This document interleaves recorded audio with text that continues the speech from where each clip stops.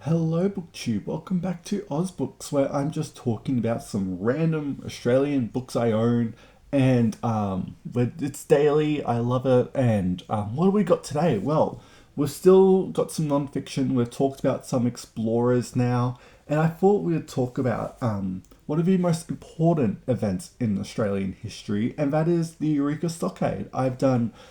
Surely I've done an entire video about that.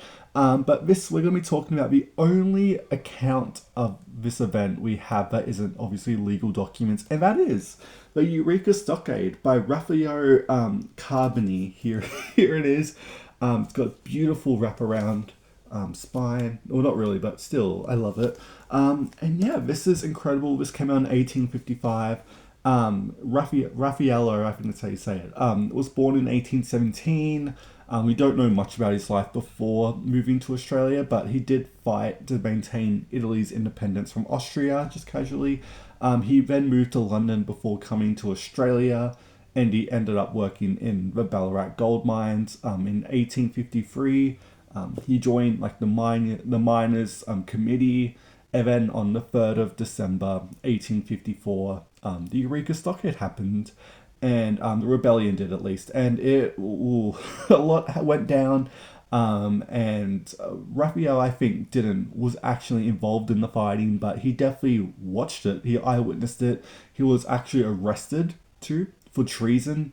He was released, but he would eventually take the bit of gold he found and travel all around the world. He went to Jerusalem, then went to Europe, and then went back to Italy where he spent the rest of his life pretty much.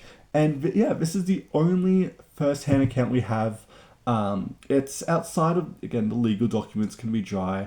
He crams so much context about Eureka and the goldfields, the miner's license that which really escalated everything, all the tensions of everyday people that was going on.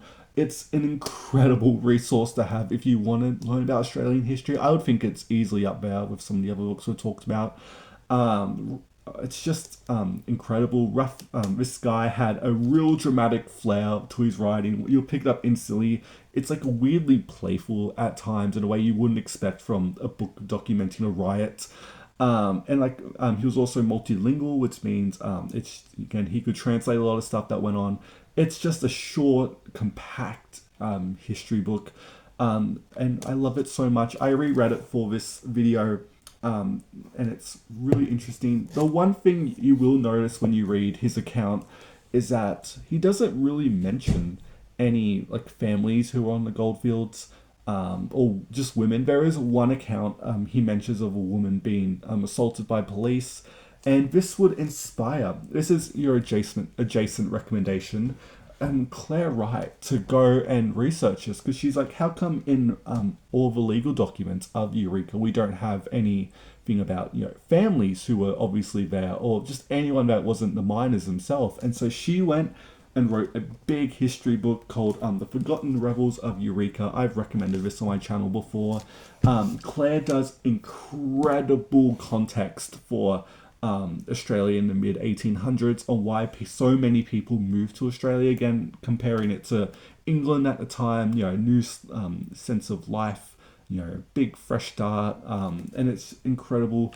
A context she gives, a lot of first-hand accounts she adds to who weren't involved, and again, giving you a lot of context to the Eureka Rebellion that you really won't get anywhere else, I find, to be honest. I've read the majority of the books on Eureka, and this is easily the best, I think, of all of them. Even some of the older ones, I feel like Claire does a lot more digging, and again, into the forgotten people who weren't documented about.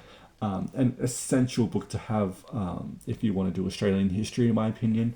But yeah, that's your Oz book for today, the Eureka Stockade.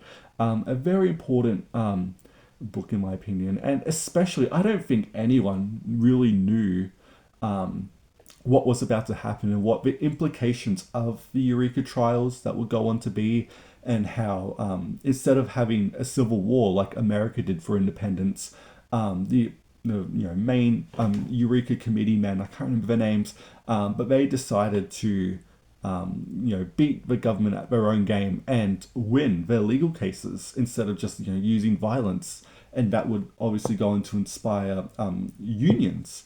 And again, the unions in Australia would become the first ever unionised political party with Labor, and that's an incredible fact. And I don't think Raphael got to see that at all, really, or could even imagine what was going to come out of these trials. It's just incredibly interesting to read and give it a try because it's essential Australian history. And yeah, that's your AusBook for today. Have you read anything about the Eureka Stockade? Again, I've done an entire video about it. And yeah, thank you so much for watching BookTube, and I will see you next time.